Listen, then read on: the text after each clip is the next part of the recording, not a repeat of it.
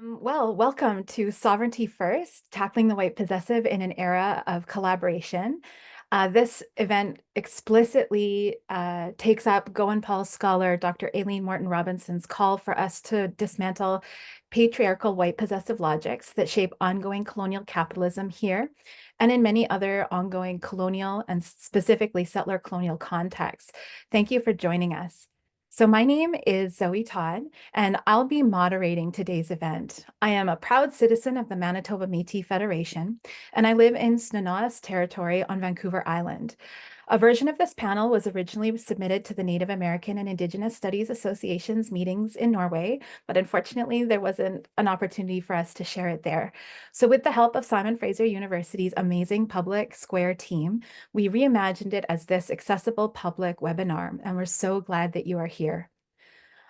Before I invite the incredible Dr. Wenona Hall to provide opening remarks and an invitation for us to come into these territories in a good way, I just want to share a few quick housekeeping notes, and I think you'll also see these in some of the chat as well if you need to check them. So please note that this event is being recorded, and the video will be posted to the SFU Public Square website and YouTube channel. Closed captioning is available on Zoom, which you can access by clicking the CC button at the bottom of your screens. If you are having trouble hearing the speakers, please try increasing your volume and checking your internet connection. If you require assistance for audio, closed captioning, or any other technological issues, feel free to message hosts and panelists, and someone will assist you. The chat itself will be closed except for messaging hosts and panelists. This is to keep the focus on our incredible speakers as we embark on discussing a very important topic. We will be hearing from 5 panelists today, with each one doing a short presentation. Following that, we will have a moderated panel conversation. Finally, there are a few community guidelines that I ask all of us to respect so we can have safe, honest, and socially accountable time together today. So above all, there will be zero tolerance for those who promote violence or discrimination against others.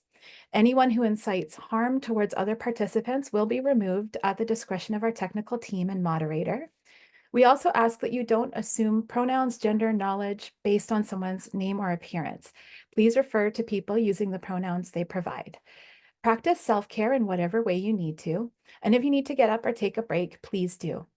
Please approach this event with an open mind and an open heart. So with all of those guidelines in place, I'd now like to invite Dr. Wenona Hall to provide opening remarks for this event. I am so lucky that I get to work in the Department of Indigenous Studies under Dr. Hall's leadership.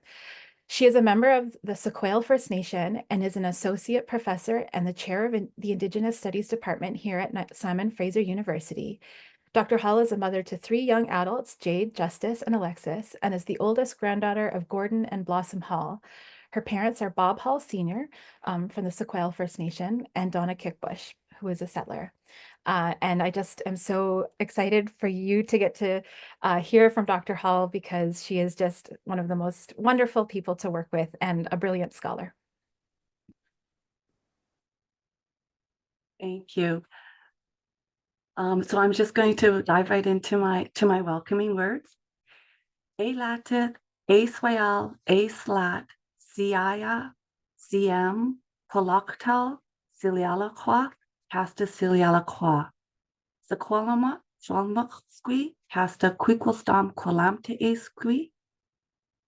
Talitsaquah, Sq'ewqéyl, Casta Sq'ewqéyl. Now watch how long it's going to take me to translate these few beautiful Halkomelem phrases into English. I am saying good morning, good afternoon, and maybe even for some, good evening. I'm welcoming our guest speakers, Jennifer, Candace, Noah, Olga, and Kim, along with my Sq'ewqéyl sister colleague Zoe, as CM, that is, as respected ones to South Tumuk, the land of the Homa, now known as the Stalo, Kwantlen, Katsi, Coquitlam, Sq'ewqéyl, Musqueam, Kaikite, and Squamish peoples. Along with welcoming our Siam to South Tumuk, I'm also acknowledging our old people, our ancestors, and all our dear loved ones that are with us today. I'm letting you know I am from the Sq'ewqéyl First Nation, which is one of 6 belonging to Sq'ewqéyl, now known in English and in, if I may, white possessive ways, as Chilliwack, British Columbia. I'm sharing with you that I carry the gifted name Sq'ewqéyl, which is the closest word in our language for justice. This name comes with the responsibility of being caring, sharing, and kind, and to learn to live in balance and harmony with all Sq'ewqéyl, that is, with all those that have spirit, life force, energy, and how to learn to resolve conflict in a good way to restore balance and harmony with all our relations, and to know Kwalamte'e, they're moving us toward the good.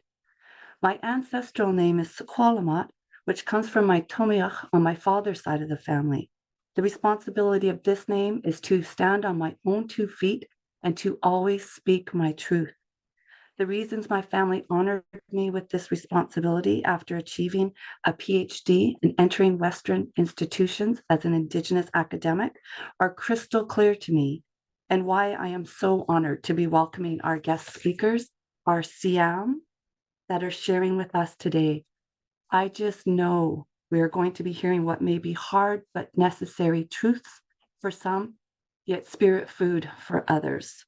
In speaking truth to power, we are engaging in heart work that will help us through these challenging times of decolonizing our relationships and help in moving us toward the good. Eta Sq'ewqéyl Letsamot. It is with good feelings and in the spirit of being one heart and one mind that I welcome you all here to be with us today. Sq'ewqéyl. Wenona, thank you so much. Thank you, Dr. Hall, for those good words to open us for this conversation. I feel so grateful that we can open with that guidance and those thoughts. So I'm now going to introduce Dr. Candace Callison, who is our first speaker, who will present some of her thinking. Candace is the Canada Research Chair in Indigenous Journalism, Media, and Public Discourse, and an associate professor at the University of British Columbia. I have Alberta on my mind. Jointly appointed in the School of Public Policy and Global Affairs and the Institute for Critical Indigenous Studies. Candace is just such a brilliant thinker, and I'm so grateful that you're speaking today. So thank you. Medu, Zoe, Chachalonahote. It's good morning where you guys are. Talsaden de Dene de Otse, Tiskia as de Sai. So I am from the Tahltan Nation and specifically from the Crow clan. And I want to say many medus to Wenona for a wonderful welcome and opening, and to Zoe and everybody at SFU for hosting this panel and making it possible. So normally I'd be zooming into this panel from where I live and work on the ancestral unceded traditional homelands of the Musqueam Nation, where UBC Vancouver is located. But today I'm on the ancestral lands of the Massachusetts, Nipmuc, and Wampanoag, Algonquin-speaking peoples that have been in long relationships with the lands and waters now known as Boston. So I've spent my adult life and career either working as a journalist or a media scholar, or both. And my reading of Aileen Moreton-Robinson's work is refracted through that lens. Media arguably plays a special role in narrating, elevating, and questioning difference, historical notions of unity, and how we are united under the laws of our respective nation states, all themes in Moreton-Robinson's work. Media also present us with a reflection, sometimes quite distorted and hardly recognizable, and honestly, sometimes quite depressing as well. But nevertheless, these representations are something through which we both understand how we are perceived and how we must navigate. Do such representations help us understand ourselves? I think that remains an open question, and one that depends to a great extent on what media we pay attention to. Reading Moreton-Robinson through the lens of media scholarship that has continuously affirmed what many call the deficit model of representing Indigenous people and concerns, I was reconsidering again what a challenge and triumph the Idle No More movement was. pushing back against a totalizing vision of colonialism and the logics of white possession that Moreton-Robinson lays out. Despite what one prominent Canadian journalist said that, quote, hitting the racist buttons and constant invocations of empty pseudo-academic framings of colonialist, settler, imperialist mentalities do nothing but burn time, waste energy, and alienate a large section of the public, unquote.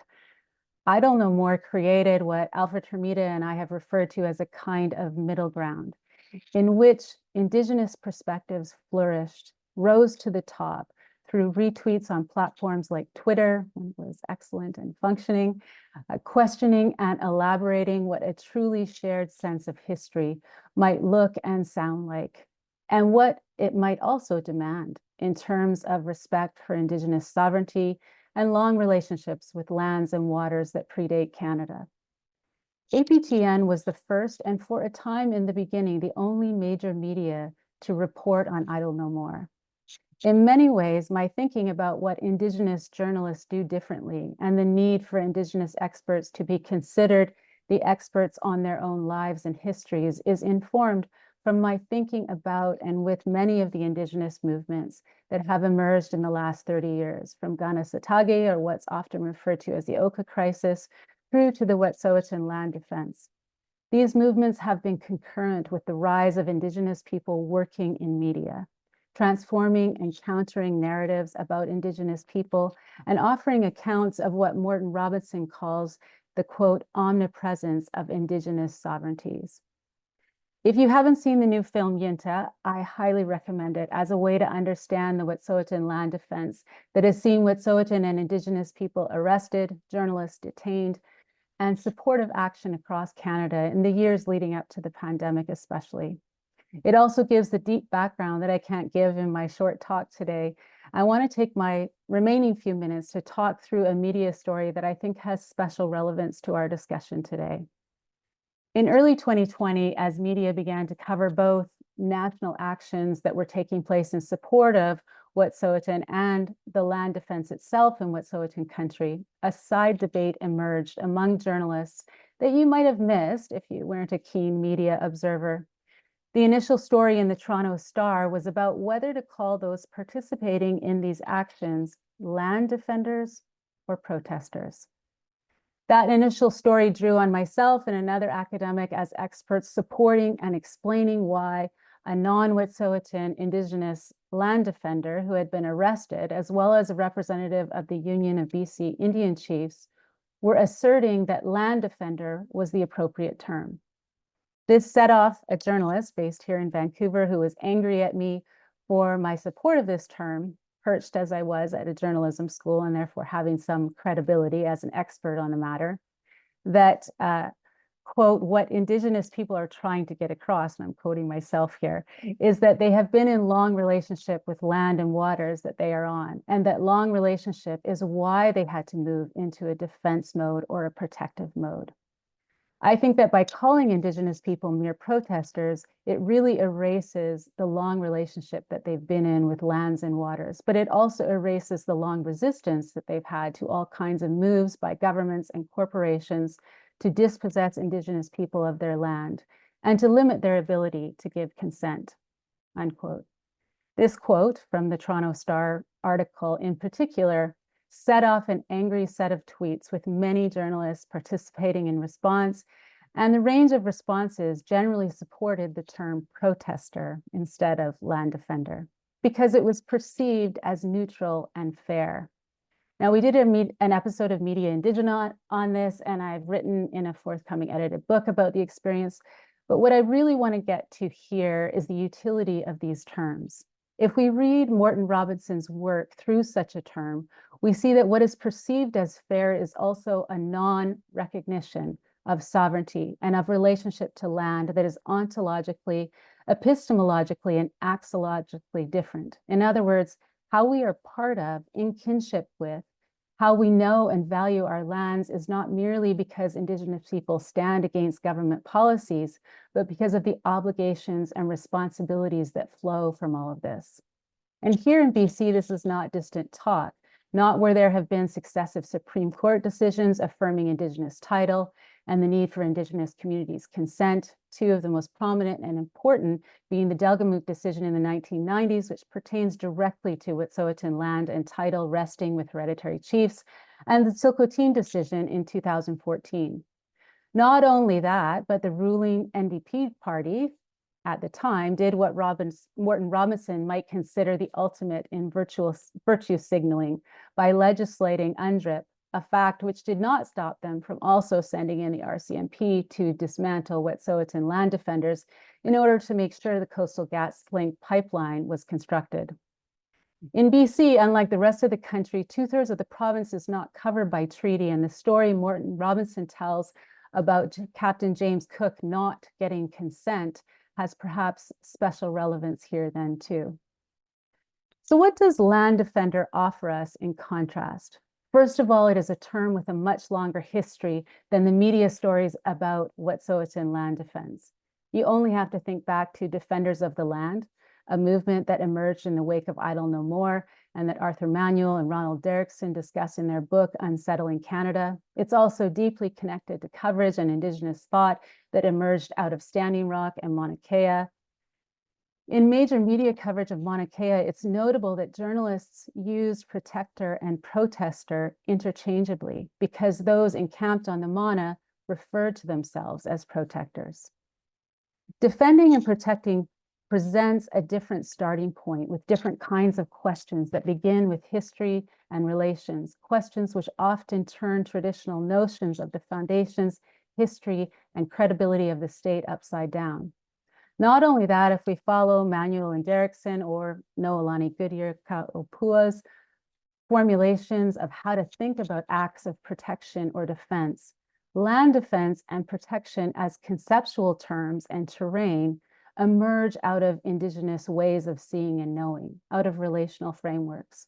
What they also offer is an imagination of a future where Indigenous people persist, their knowledge and laws determining a reconfigured set of relations with the environment, non-human world, and human economies, and a new collectivization that includes settlers committed to both truth and reconciliation as an essential aspect of navigating a future together. So then part of what land defense as a term offers is both a rewriting of the past, a reconsideration of what the present is, and a new imaginary of what's possible in the future. Most importantly, in terms for this panel, it sets Indigenous people within terms defined by Indigenous sovereignties.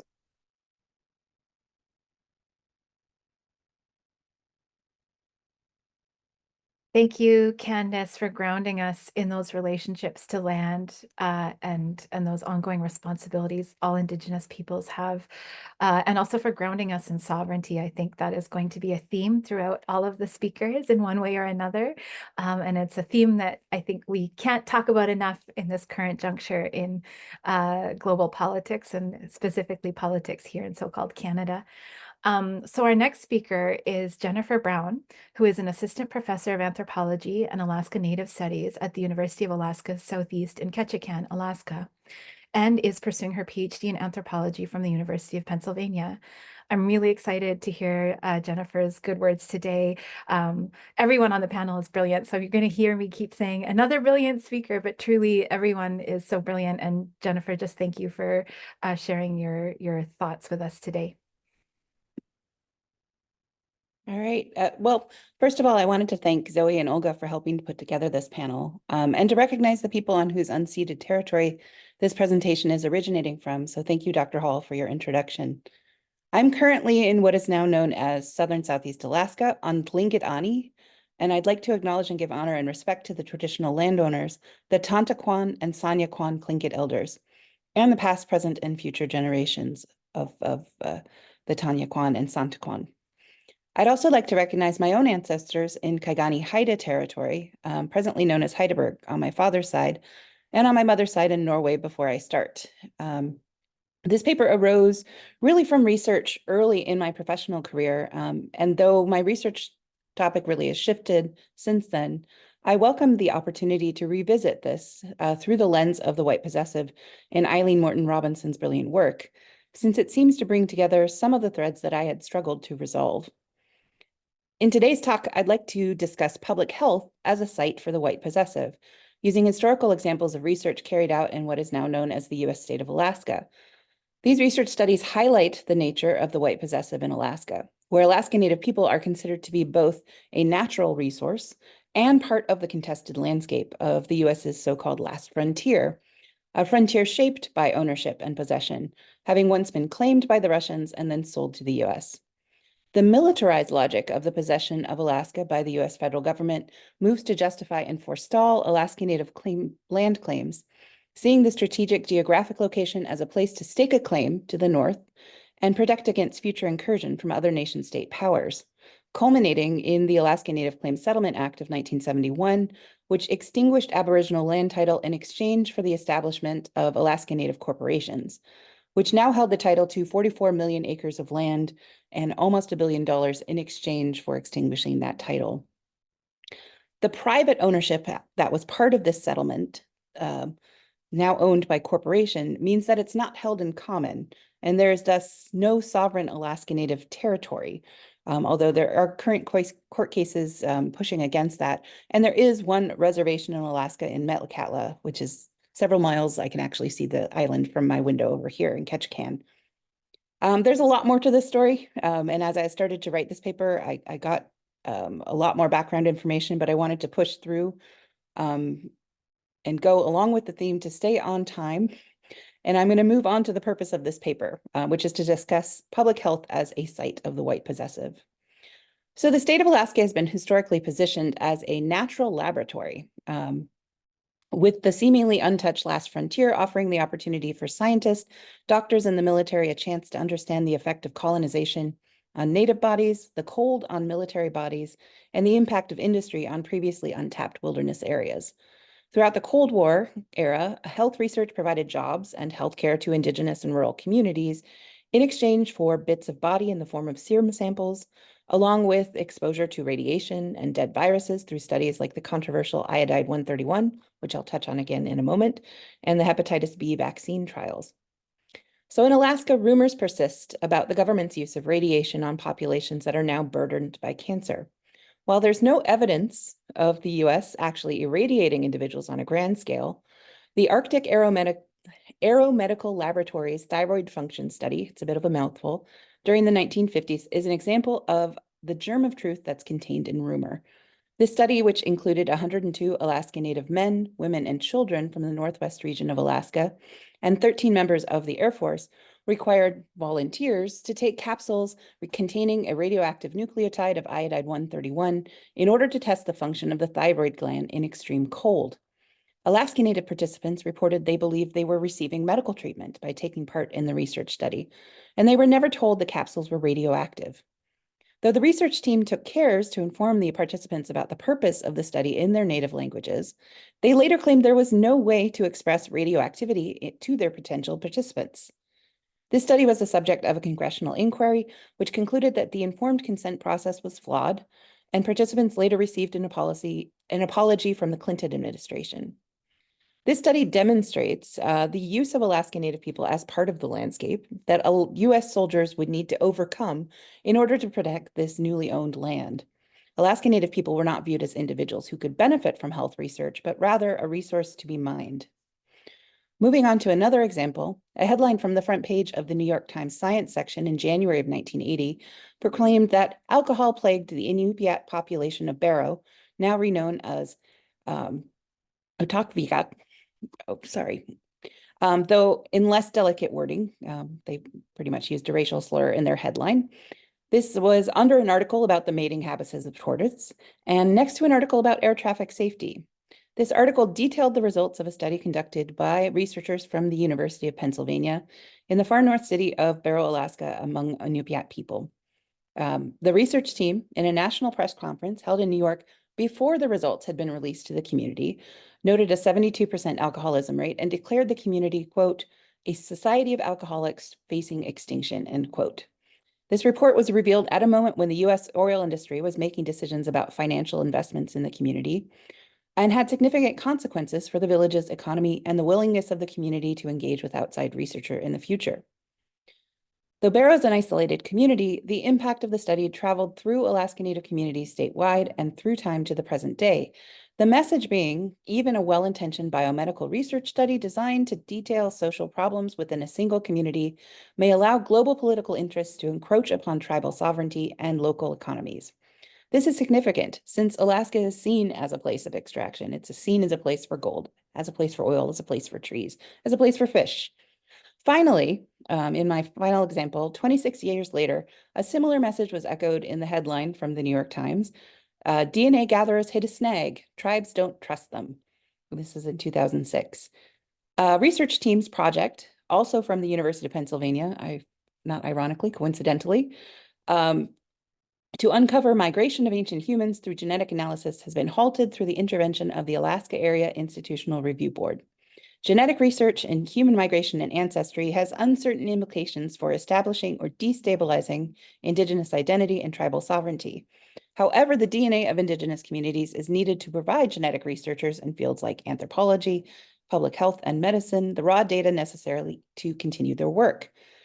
These previous two incidences, separate by time, illustrate the historically and politically contingent production of Alaska Native people as research subjects. In both examples, Indigenous communities are cast as research subjects. In the first, they're the passive objects of a research study, and data is used to justify their lack of readiness to participate in a global economy.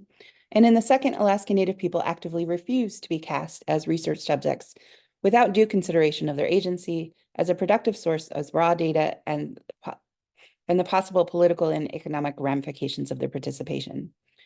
As an anthropologist and a member of an Alaska Native community, it was studies like this that drew me towards research, first as a way to understand the implication of my own body in these worlds, and after to understand how tribal sovereignty, even without defined territory, as in with the state of Alaska, can play a role in pushing back against this type of possession.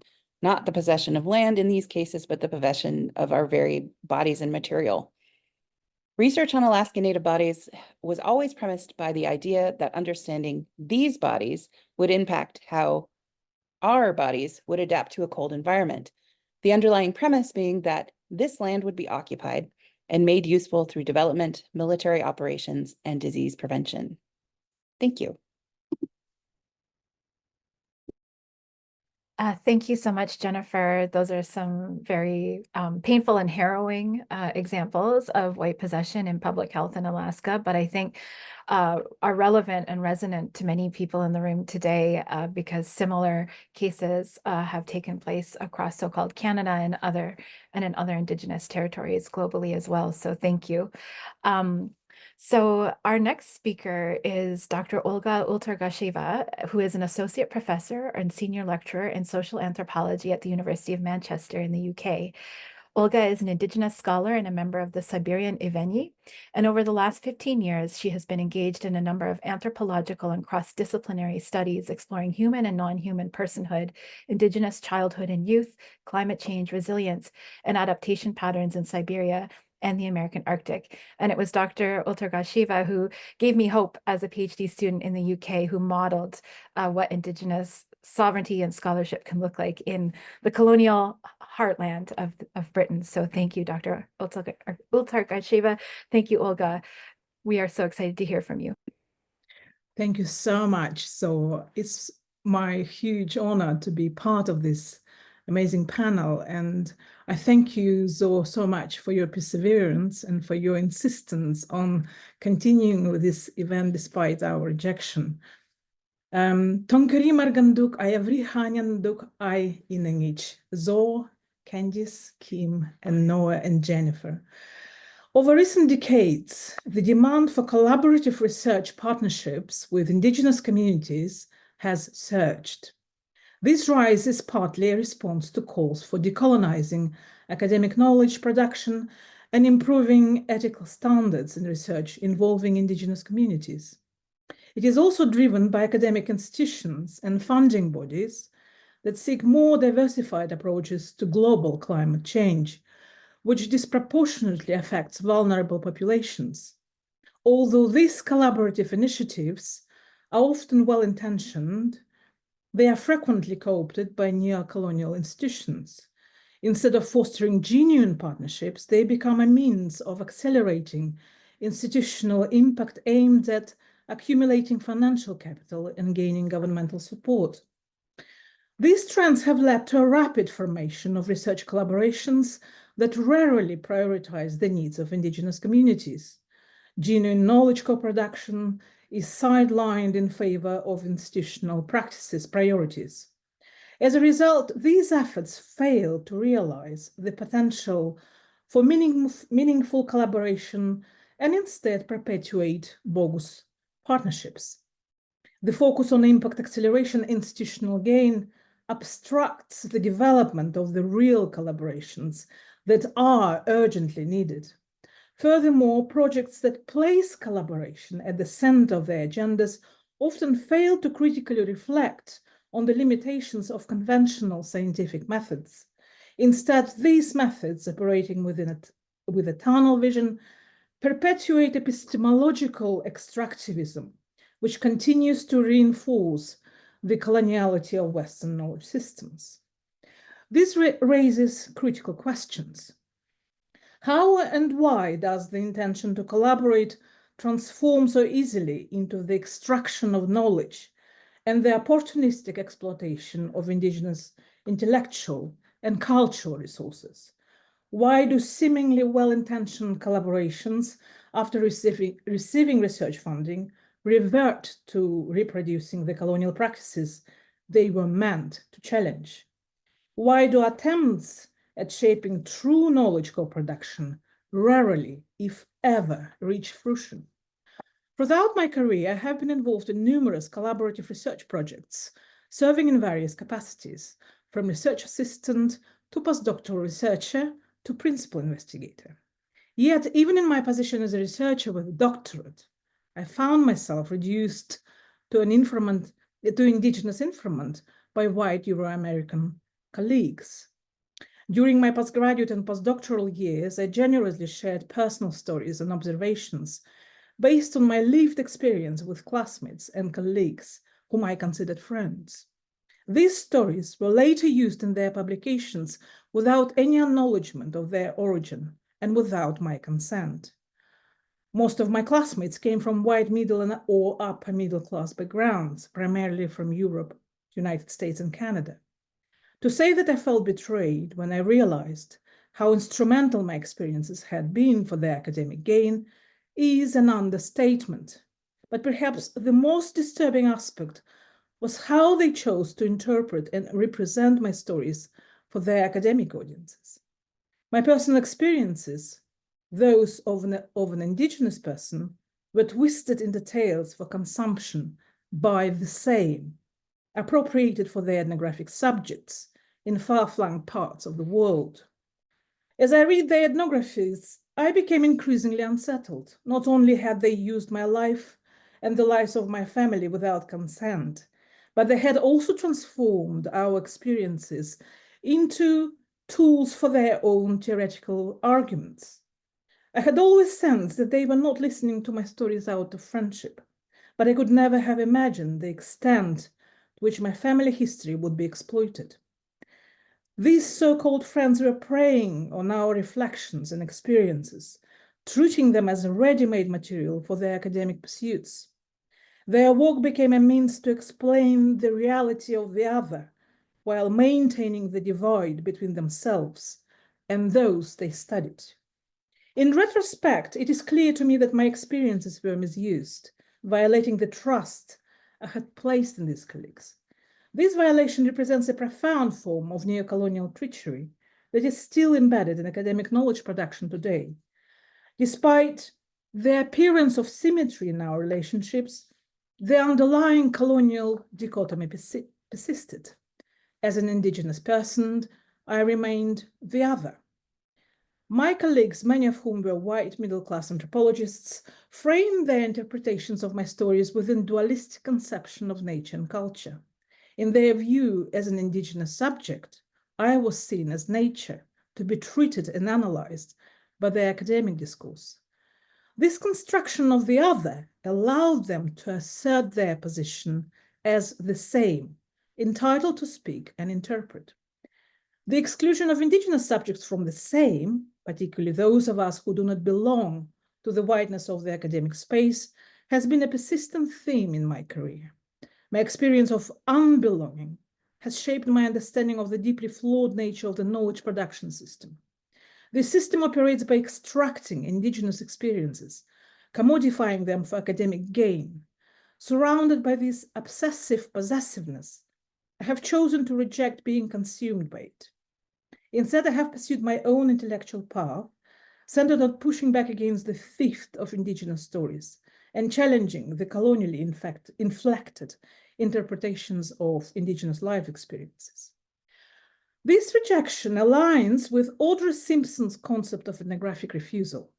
For Simpson, ethnographic refusal is a methodological stance that resists traditional power dynamics between the researcher and the researched, particularly in studies involving Indigenous peoples. It asserts the agency and sovereignty of Indigenous subjects over their own narratives. For me, this refusal is not about rejecting knowledge exchange or the possibility of epistemological dialogue. Rather, it is an affirmation of the right to refuse unconsented interpretations of Indigenous experience and any violation of Indigenous sovereignty within this research process. Our stories as Indigenous people are often sought after and appropriated because they represent the other. These experiences are continually objectified as they are seen as something the same cannot live or comprehend. This objectification has been shaped by a long history of colonial expansion and institutional racism. As Audrey Simpson highlights, this exploitation operates within a broad economy of social and political rank, wherein the other is always positioned as subordinate. These practices of institutional racism mutate and become more insidious, hidden behind the guise of well-intentioned collaboration. They are perpetuated by those who, when confronted, vociferously denied their capacity for racism or neocolonialism, even as their actions reveal otherwise. From the perspective of the well-intentioned dispossessor, the theft of Indigenous stories is seen as a scholarly opportunity, a chance to discover the unknown. This opportunistic view is rooted in a colonial assumption. The other always offers resources waiting to be excavated, processed, and deposited into the storehouse of the white possessive, the concept brilliantly introduced by Aileen Moreton-Robinson. In the context of the current climate crisis, as environmental disasters demand new ways of thinking, the appropriation of Indigenous knowledge has only intensified. The search for innovative, non-conventional expertise outside of mainstream frameworks has become a new frontier for academic exploitation. As in the Alaskan gold rush, where natives were killed to access gold, today's researchers seek to capitalize on Indigenous knowledge for funding and resources. Once access is gained, promises of collaboration are forgotten, and conventional lone wolf research methods take over, continuing the logic of white possessive. Thank you very much. Thank you.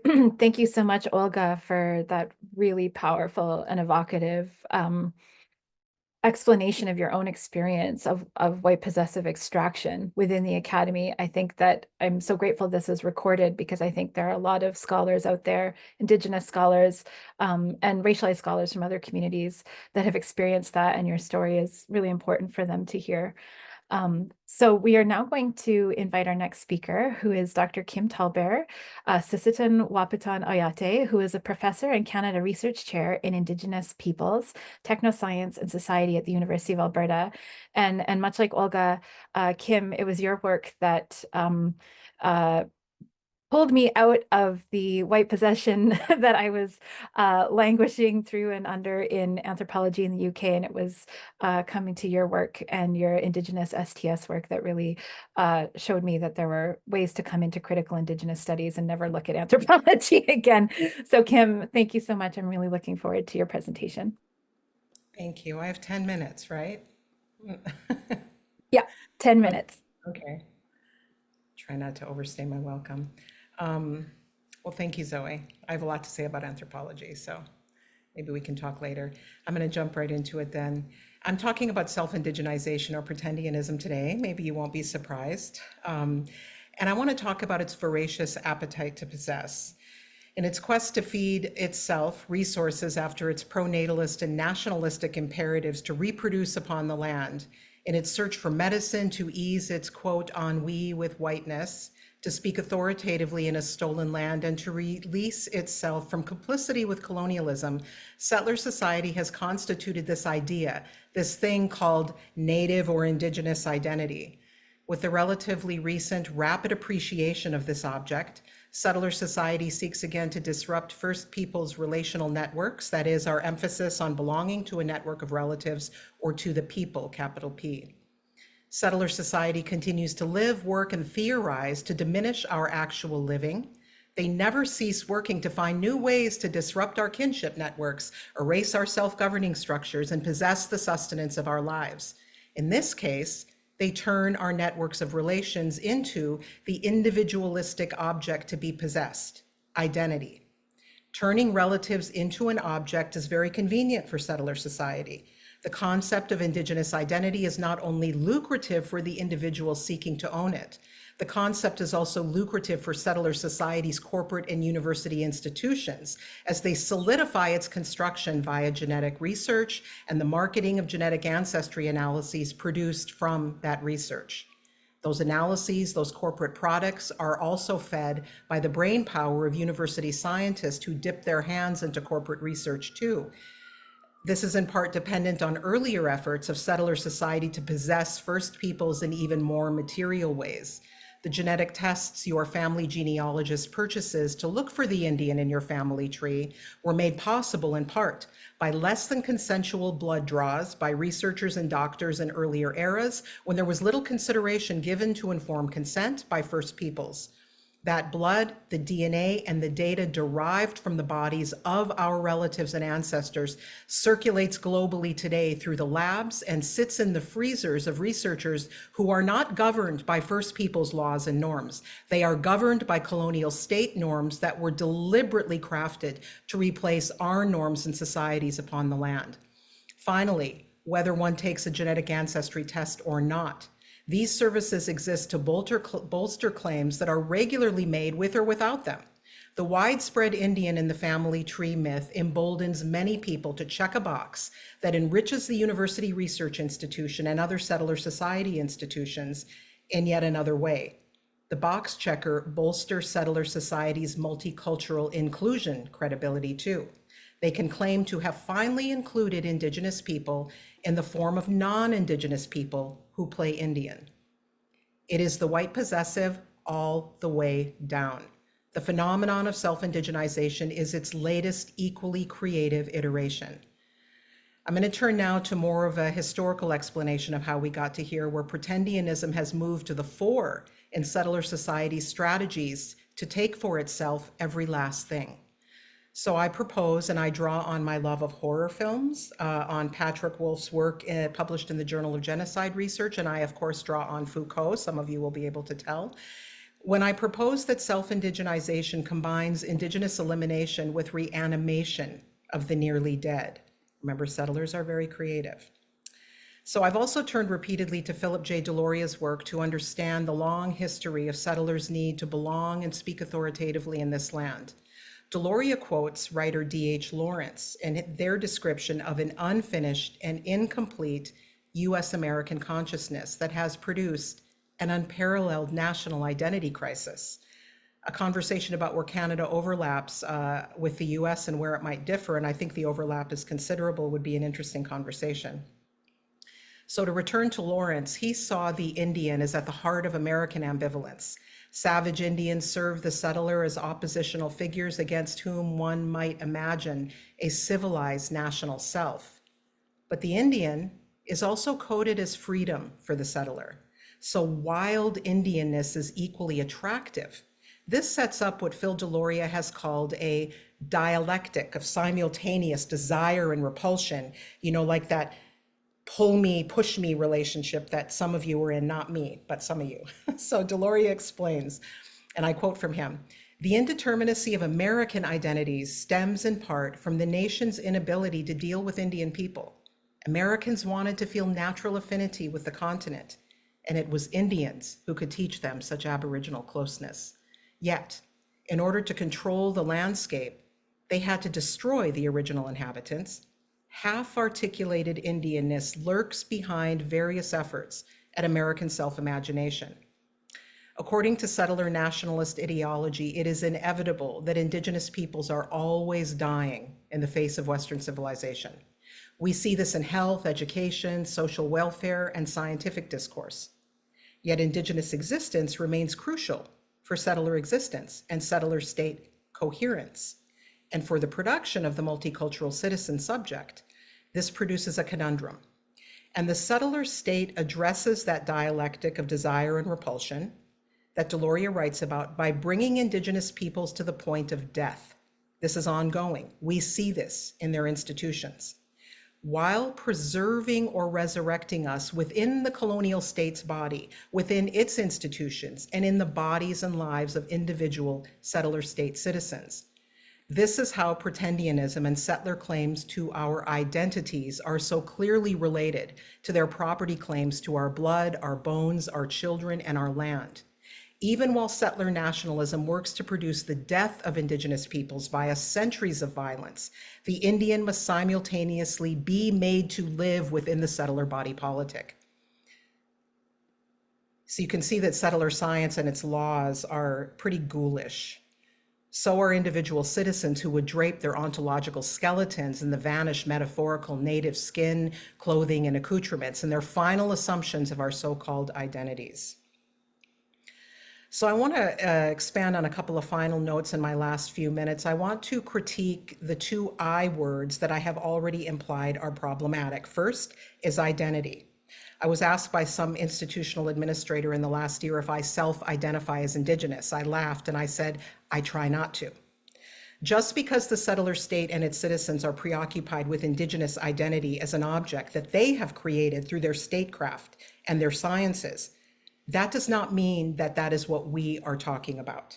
And we should not allow identity, quote unquote, to be the focus. I'm speaking to other First Peoples here. It's to our detriment to allow them to replace our insistence on the governance authorities of our collectives and our nations with their individualized, propertied notion and object of identity. When they turn this into an object, they can then define, manage, and claim it as their own. It's much harder to claim our relations as their own and our relationship structures, although certainly they use the technique of identity to try to do that. So to reiterate, in this current kind of phenomenon of self-indigenization across our society, we should not continue to allow them to construct this as a problem of Indigenous identity. Now, it may very well be a problem of widespread settler identity crisis, but that's not our identity problem.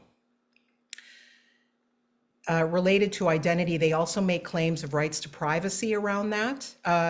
But counter to that, we know as First Peoples, our kinship networks are rather public, and we are usually eager to talk about that. Again, we must insist on the public and the conversational nature of those kinship networks. And then the last word I want to call attention to again is Indigenous. We need to interrogate this word. This emerges as a concept in international law. Along with it accompanies rights to land and resources. Again, this enables the settler to claim that object of Indigenous in order to make claims to our rights and land. So we need to be very leery of this word. It's also enabling promiscuous kinds of claims across the globe right now, further claims to our identities, to our lands and resources. So the objectification of the term Indigenous and the term identity go hand in hand. And this is something I'm going to be increasingly exploring in my own writing. And I caution all of you to be very careful with those words and use them as little as possible. And I'll end there. Thank you so much, Kim. I think those are really important words for many of us to hear, especially as universities and state governments continue to extract from our ancestors and from us and from our relations, both human and more than human. So thank you so much. And I have some questions definitely for the Q&A that I think will touch on some of what you spoke about and how that ties to the other panelists as well. So we're now going to turn to Noah Collins, who I just want to acknowledge. Noah is joining us from Cairns, Australia. So it is very early in the morning. And Noah is White Mountain Apache and Cherokee and is a graduate student in anthropology at Princeton University. His research interests broadly concern Indigenous health disparities. He has worked extensively in genomics, bioethics, and community-based participatory research in multiple domestic and international Indigenous peoples and groups. And so Noah is one of an incredible generation of critical Indigenous studies scholars who are finishing their degrees right now, and is going to share some really important insights from his own work. So thank you so much for joining us, Noah. Thanks so much, Zoe. And thanks to Olga and so many others for making this panel happen despite what may have been happening at NESA. So Sio Nagata no watiara uwori dagwado ale klamo Oklahoma di Gega aniwori digiwi ale OU digadel kwaski or Princeton digadel kwaski ani awia digadel kwa. So hi, my name is Noah Collins. I'm Paint Clan. I'm a population geneticist by trade and training, and I'm currently conducting fieldwork in Australia, in and around Australia. And I'm currently in the far north of Queensland in the lands of the Wurundjeri people, where it is around 4 a.m., close to 5 a.m. So my work has been centered around human genetics and health, and specifically Indigenous populations around the globe. And right now we're on the front lines combating extractive white colonialism by applying Indigenous methodologies in the context in which Aileen was writing. Across the field, the idea of collaboration has become a kind of way to fast forward transactional models. White researchers refuse to acknowledge their ignorance of essential cultural, historic, or scientific contexts, and they also refuse to cede power or take a more subordinate role to Indigenous researchers. This is situated in primitive notions of the role of Indigenous people, where we're more suited to Indiana Jones-esque jungle guides than as experienced and skilled scientific leaders. However, we recognize this, and we're taking steps to say, we don't need their institutions, we don't need their facilities, we don't need their researchers, and we don't want their practices dictating the questions we ask or the way that we ask them. What we do need are the funds, the specialized labor force, and then maybe most importantly, the power to be able to initiate these projects. But these are firmly situated racial discourses. Power, authority, and autonomy are tricky things to acquire, and I'm careful to say these things specifically because so many folks are tempted to say sovereignty instead, and especially people who don't understand what the word means. It's also not lost on me that this panel is called Sovereignty First. But if we're talking about critical Indigenous studies and we're talking about the white possessive, we need to be critical of this obsession with sovereignty, or at the very least, the approximating of colonial logics and terminologies to Indigenous legalese. Sovereignty is the deterministic drive to become and be recognized as a Western nation.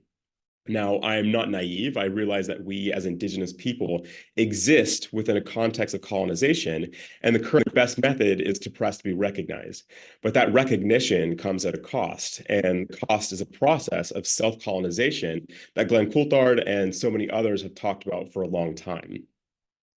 Right now, we're having conversations, we're hearing conversations that not only are we all nations as Indigenous people, but we were nations first.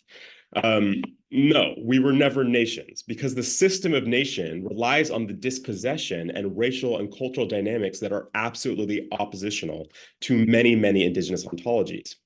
We need to consider alternative options to emulating Western forms of governance and then reproducing value systems that form a Western bureaucracy as the ideal for all contexts, or acting as if it even makes sense to transpose these onto Indigenous communities. We need to problematize sovereignty as a form of affirming and imposing oppressive Western structures on our own people.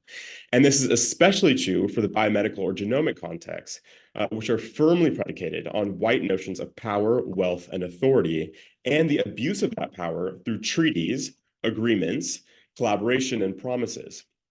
For example, the Cherokee word for white people is yonega, yone. It is also the exact same word for liar and thief. We literally did not have a word for someone who was a habitual liar or thief as their defining character before white people.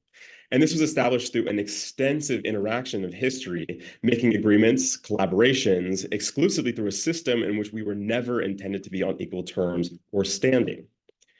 Within genomics, and particularly in Indigenous settings where there is no sovereignty, so the majority of them, except for the United States and Canada, and even then we're both pseudo-sovereigns, what we're seeing and have been seeing is an attempt at circumventing direct federal governance and thus the reconstruction of autonomy in by means of capitalist economics through the forming of corporations.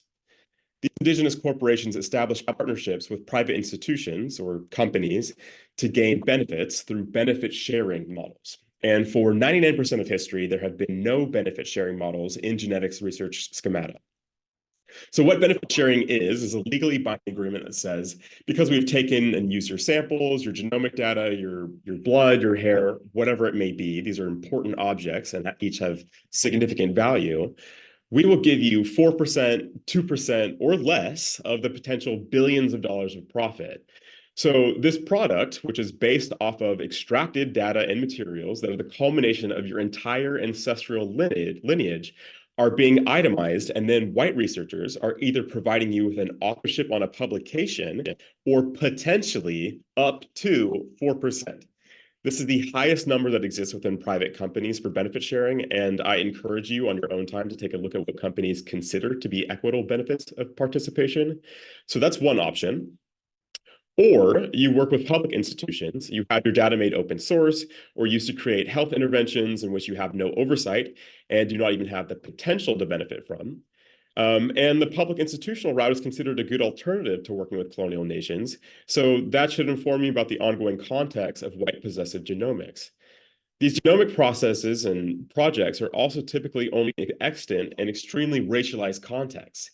Racialized ideas of genetic purity, eugenics, and a reliance on phenotypic biases frame a huge percentage of white researchers on human populations.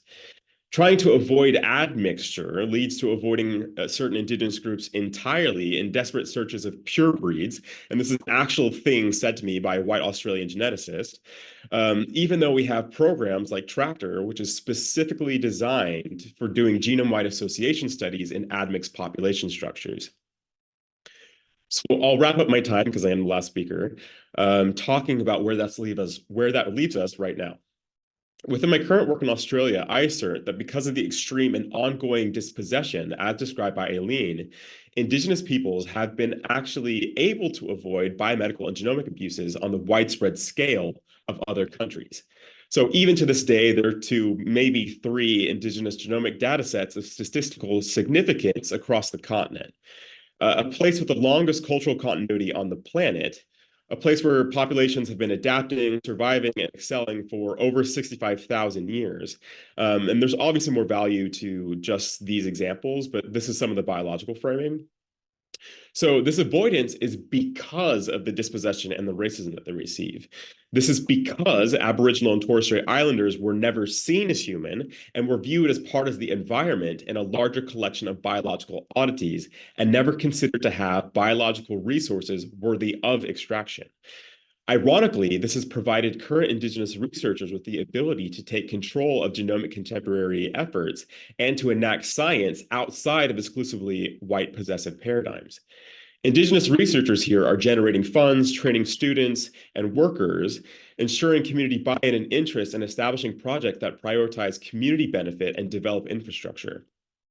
We're seeing governance and self-determination through genomic science, and this is also a circumventing of federal oversight through the deliberate choice or the ability to have a choice and whether you participate or do not participate in an agreement or a collaboration with a Western form of oversight. So there's a lot more to say about that, but that's all the time that I have for this right now.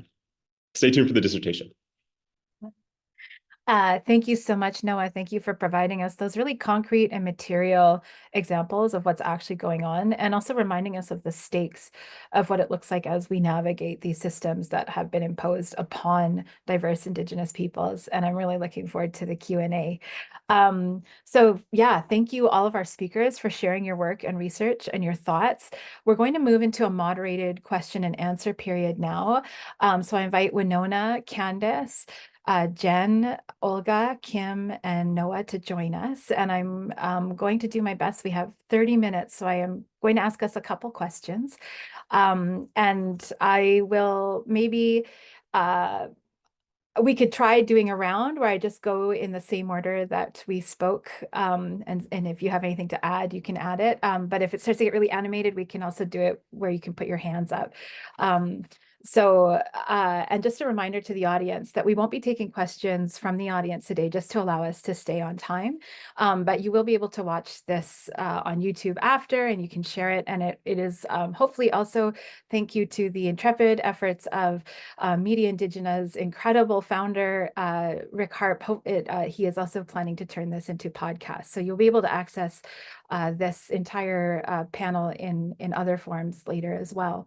So I'm just going to pull up, I collected some quotes from Aileen Moreton-Robinson's seminal, very, very important 2015 book, The White Possessive. And there's a couple quotes I just want to read out, and then I'm going to lead into a question. And I think this helps. You all touched upon various aspects of this in your words. So first, quote, patriarchal white nation states and universities insist on producing cultural difference in order to manage the existence and claims of Indigenous people. In this way, the production of knowledge about cultural specificity is complicit with state requirements for manageable forms of difference that are racially configured through whiteness, end quote. And then another quote I just wanted to pull up was, quote, the existence of white supremacy as hegemony, ideology, epistemology, and ontology requires the possession of Indigenous lands as its proprietary anchor within capitalist economies such as the United States, end quote. And I think what each of you have touched on, and what is kind of anathema, or we're not supposed to talk about in a lot of Indigenous sort of quote unquote, spaces that are being managed as Indigenous by states and even universities, is we're not supposed to talk about whiteness. We're not supposed to talk about that theft of land. We are supposed to talk about ourselves in terms of cultural difference. And of course, Aileen draws on the really important work of Métis scholar Chris Anderson, offering us instead the framework of density. And my team and I take his work on density to sort of also think through what does it look like to refract across different nations, Indigenous and non-Indigenous. We use fish as our metaphor for that, but there's other ways to come to it.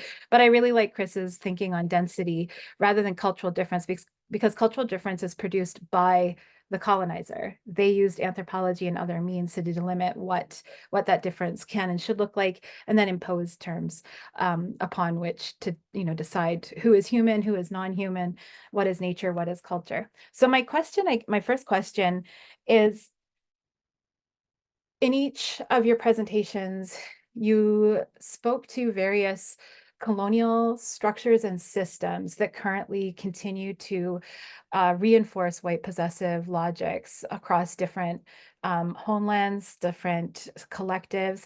And I'm wondering if you could speak to how we can actively disrupt that possession within the context of our academic and community work. I know that's a very broad question, but I'm hoping that each of you will be able to bring a little bit more from your presentation into it. So how do we concretely dismantle those white possessive desires? And Kim, I really liked how you talked about both like the repulsion and the sort of like that push-pull sort of experience that settlers have towards Indigenous peoples.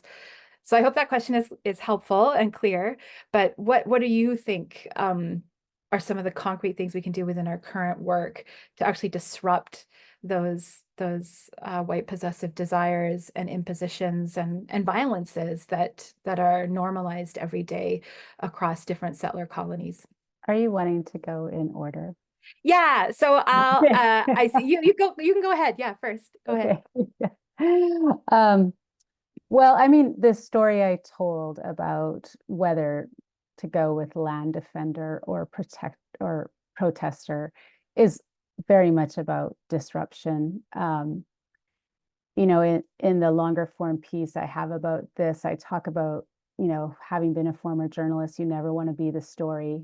And unfortunately, like my role as being an expert in articulating many of the things I talked about put me at the center of being a problem, being somebody who was actively trying to explain why terms are important and why they matter and how they make a difference. And I think like just listening to my fellow panelists here, like it's really fascinating to me as somebody who gets fixated on words that it's sovereignty and Indigenous and identity that end up being like at issue for us, because so much about who we are as Indigenous people, as a Tahltan person, is to make ourselves legible, to make ourselves understood within particular contexts, within discourse, you know, for audiences, so that they really understand the depth of our experiences in our communities and our relations, our communality.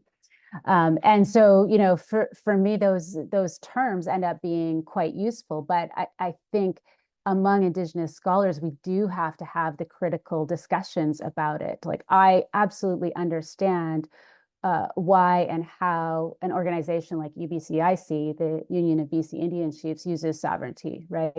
It's absolutely to denote difference, right? For those of us who don't have treaties. And so for me, it becomes like a really important word within a BC context, in the same way that Indigenous becomes, you know, a banner for all of us to talk together, right? About what our various experiences have been with settler colonialism, what our experiences are within institutions.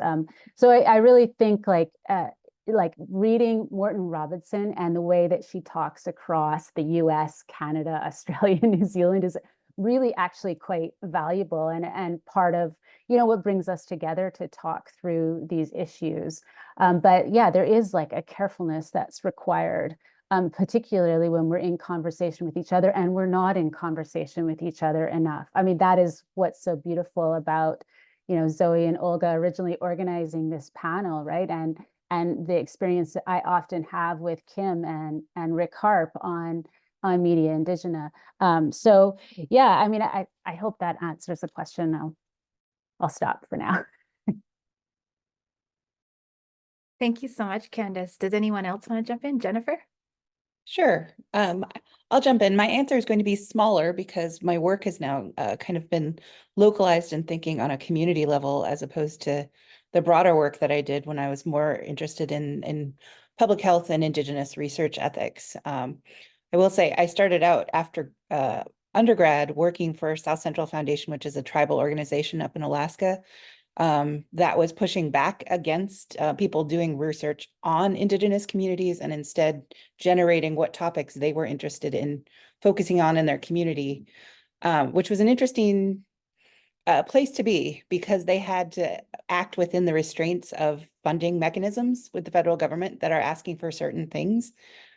So there's a way that organizations like assert sovereignty over, like, you're not going to work with our population, but we still have to gain that funding in some way, as Noah was talking about as well, that it's a negotiation process.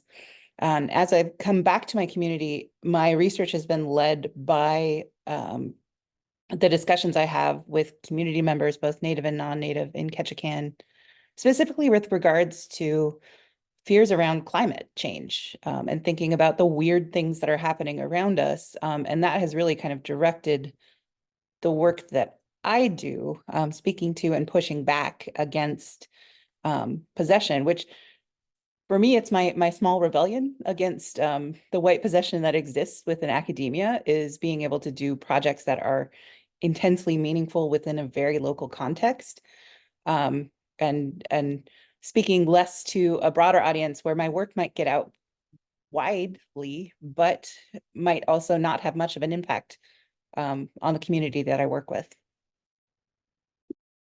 Thank you so much, Jen. Olga, do you have thoughts? Yes. Thank you so much for all the interventions, Zoe, Candice, and Jen.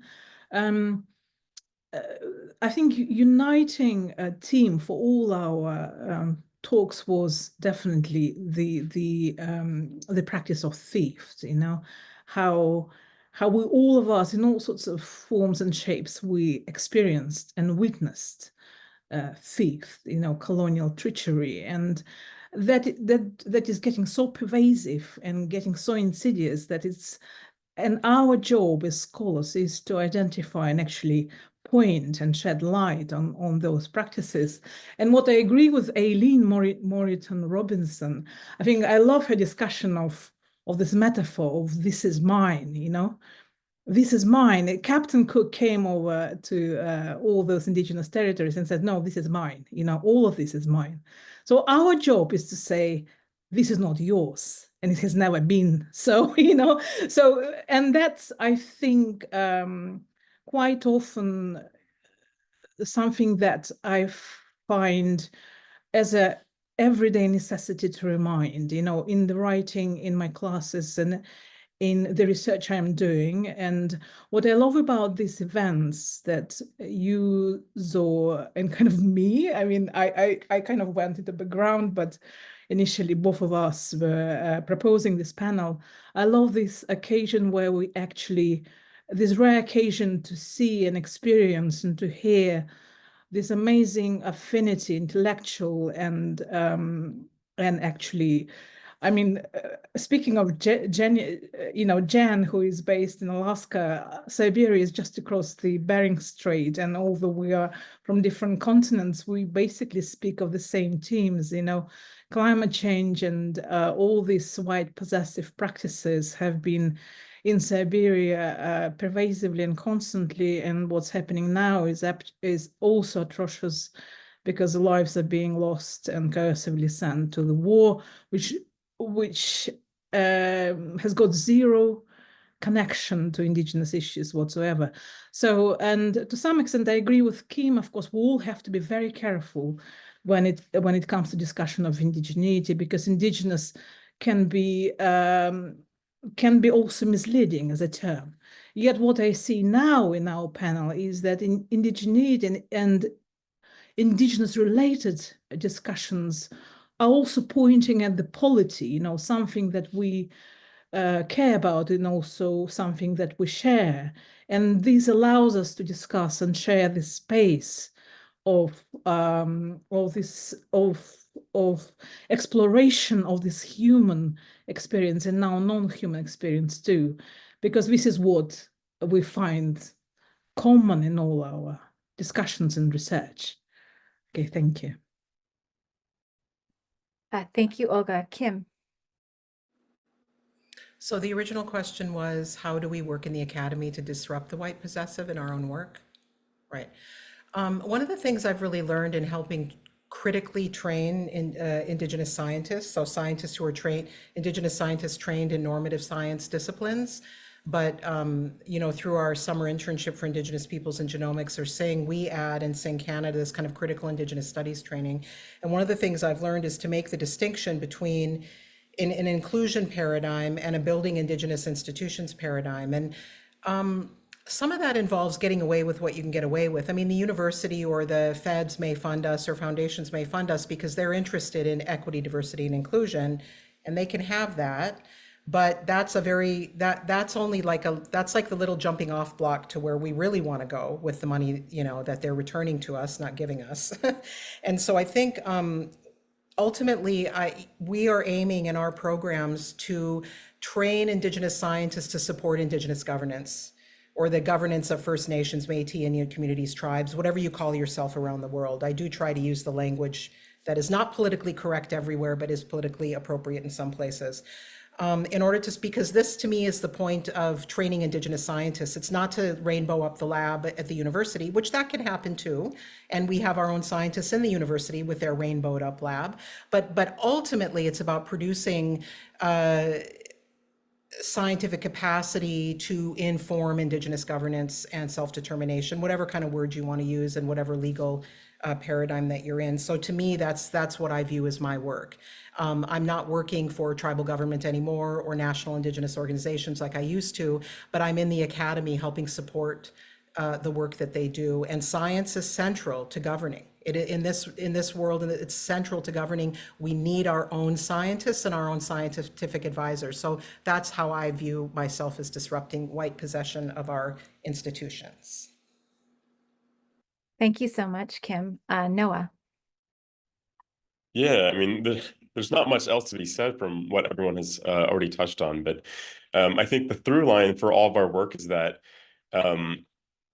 the relational aspect to it is what really founds our work. And I was just talking to some Aboriginal colleagues like last night, which is your, whatever time of day it is for you, about how whenever I talk to white scientists, they're always interested in like, what is the product? What is the sort of the therapeutic we can create? What is the revenue generating aspect to this? And then when I talk to Indigenous folks, they're like, I don't even know what that means, but you have to talk to these people. That's what I think is really cool. So like the sort of valuation, I think, is different. And it's important that we're all coming at it from our different contexts, because we are really united in uniqueness and distinctive patterns of doing things. And I think the way that we're disrupting the system is by both engaging with it on our own terms and then being able to say, this is something that I don't want to engage with, or this is something that I recognize that we're not ready to engage with. We are not ready to have these conversations about science. We're not ready to have these conversations about whatever it might be. And we're seeing that all around the world. So just being able to say there's an alternative way to the white form of governance or the white form of science or whatever it might be, those are really disruptive. And I think we're already seeing the benefits of that. Thank you so much. So I think my next question is going to bring George Manuel's concept of the fourth world into the conversation, because I've been thinking a lot about that, the juxtaposition between white possessive forms of governance that expect Indigenous peoples to negotiate our existence solely in relation to the occupying state. And in the case of Canada, the US, New Zealand, and Australia, that is a white Euro-American or white Euro-Western state. And what is so powerful in my tiny understanding of George's work, and I don't want to pretend that I am an expert in any way, I'm always trying to learn more, that his work to me invites a kind of solidarity that refuses that two-way street that, because a lot of conversation about reciprocity, like the concept of braiding, bridging, and weaving has now been put into federal scientific policy in Canada, but it sidesteps things like the Sq'ewqéyl decision, which is about Aboriginal title. Unequivocally, Sq'ewqéyl Nation has title. And so there's this sort of like liberal reciprocity that still gets leveraged, and it still seems to center a white settler Indigenous duality and leaves out possibilities for us to mobilize governances across diverse territories and across dispossessed and displaced peoples globally, and actually, like as Fanon invited us to do, like provincialize Europe and actually create what he called a new science or a new history of man. So I'm wondering, in your own work, how do we navigate that potentiality of displacing the white possessive and also displacing the hold that it has on the terms of what reconciliation or futures can look like? And how do we work thoughtfully across diverse, displaced, and dispossessed communities while also ensuring that our relations to place are, understood and respected in how we kind of move forward. Like, I would not tell people on the coast how to govern themselves at all. I am a Red River Métis person. My relationships and obligations are specifically to the places that my ancestors lived in the plains. And so I understand myself here as as a visitor, and I wouldn't tell people here how to do anything. And I kind of see that as an interesting way to start thinking about the fourth world too. Like a lot of people have been forcibly displaced and dispossessed through war, through violent dispossession.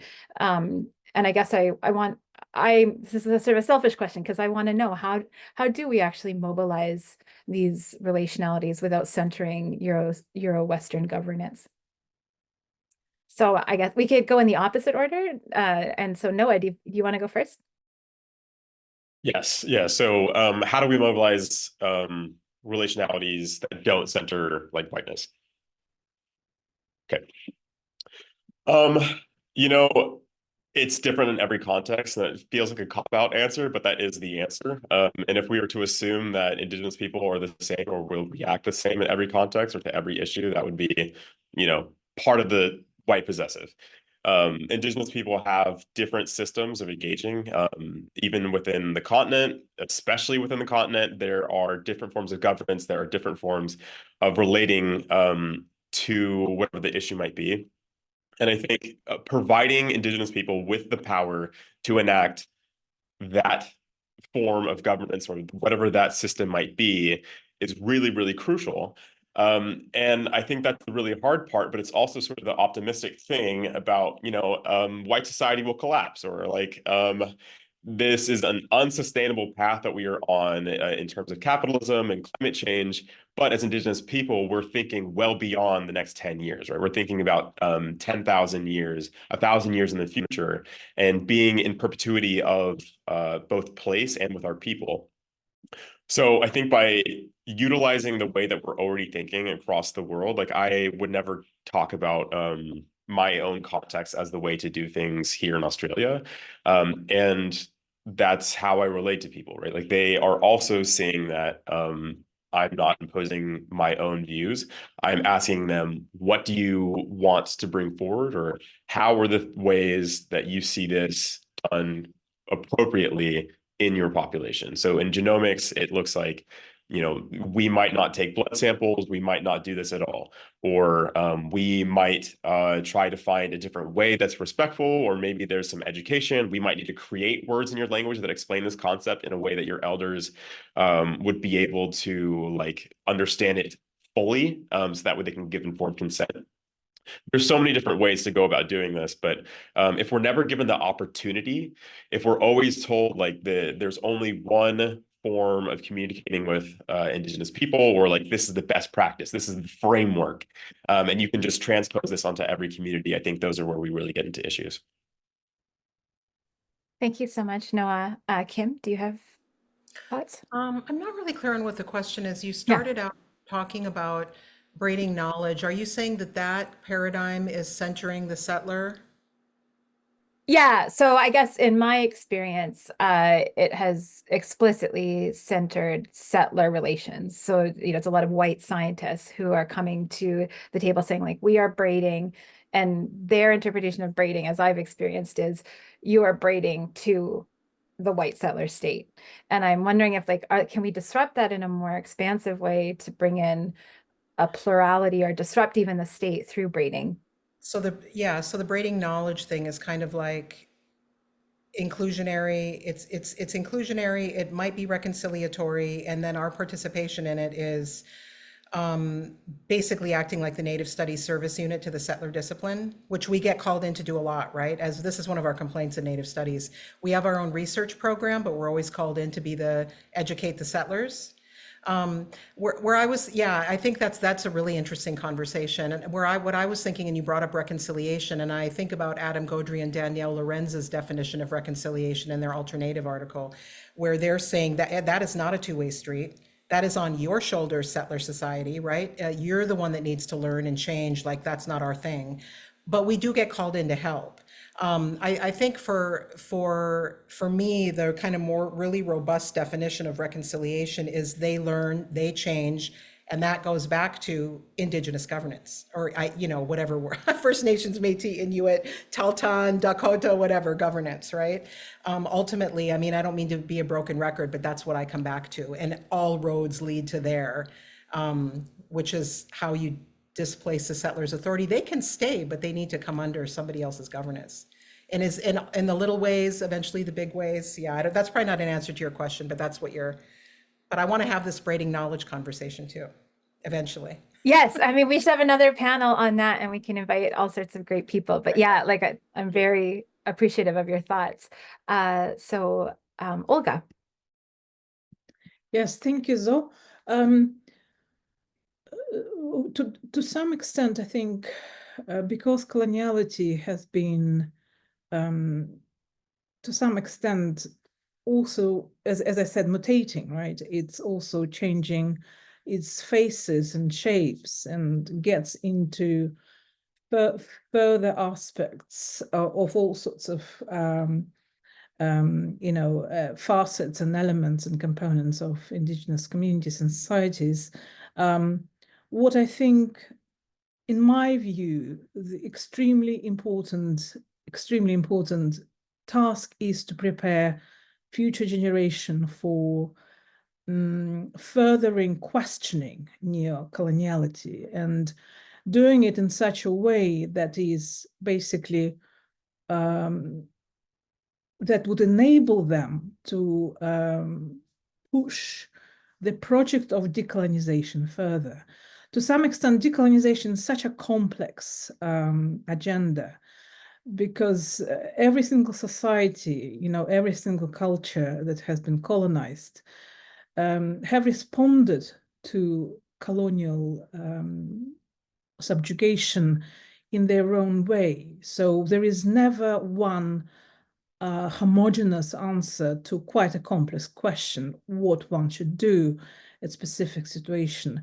But in this historical moment in the world history, I think what we can do as Indigenous scholars, and I'm sure, I mean, Aileen Moreton-Robinson never mentioned Siberia or Arctic in her discussion, yet her discussion of white possessive points at extremely crucial conceptualization of relations of Indigenous communities with actual colonizer, which is settler colonial, state, which still remains on their territories, and they use traditional reindeer pastures, hunting grounds that have never been theirs, literally, So at this point, I think it's extremely important to push that voice through future generation of Indigenous experts. And this is, I think, at this point is quite a challenge for me as an educator and as a scholar, because it's very hard to bring to this debate and discussion younger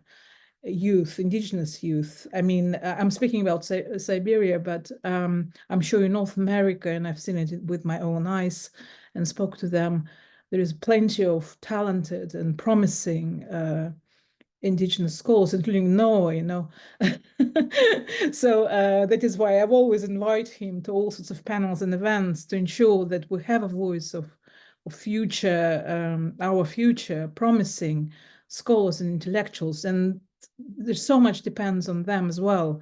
Yet it's our task is to ensure that they are supported. Basically, this is my answer. Thank you so much, Olga. And definitely that intergenerational piece is very key. So Jen and Candace, we have about 3 minutes left. So if you have some thoughts, please share them, but we'll have to keep them a bit brief.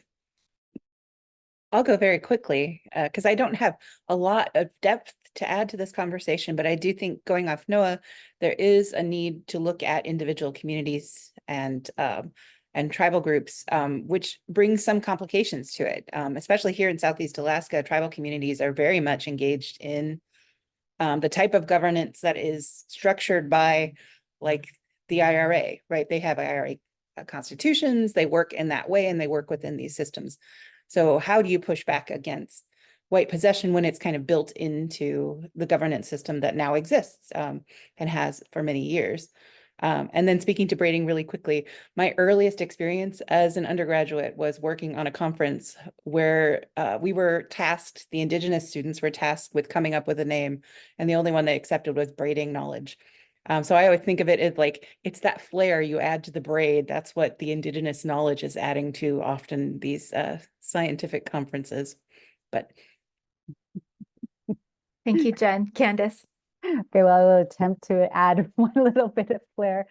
I mean, I'm really interested that you brought up Sq'ewqéyl in particular, because that is a decision in 2014, for those of you who don't know, in BC, which absolutely said Indigenous people had to be not only consulted, but have to give consent to what happens on their lands.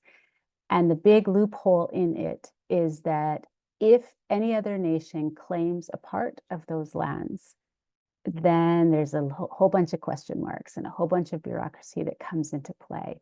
And so I really think it behooves us as Indigenous people to work on how we work out our relations with each other.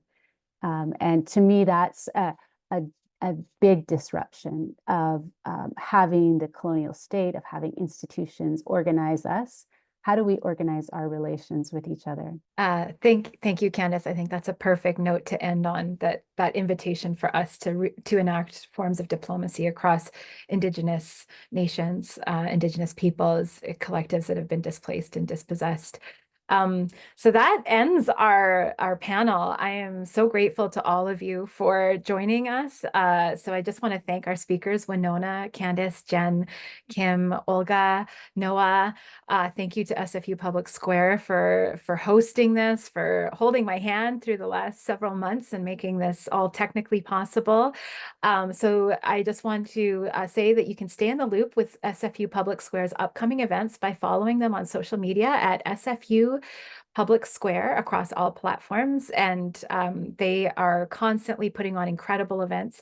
And so you can also stay in touch with my department, with my incredible chair, Dr. Wenona Hall, and all of my fantastic colleagues. I just have to shout out my incredible colleagues here at Simon Fraser University.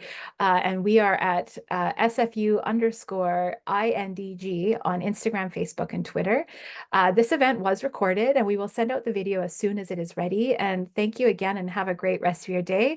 Maybe we'll get to reconvene, and Kim, we can pursue those topics that you mentioned. I would love that. And there's some brilliant scholars I know we could also invite. So yeah, let's see if it's possible. So Guinanis Gomitin, thank you, everyone. This was such a delight to get to experience this with all of you. Thanks, Zoe. Medu.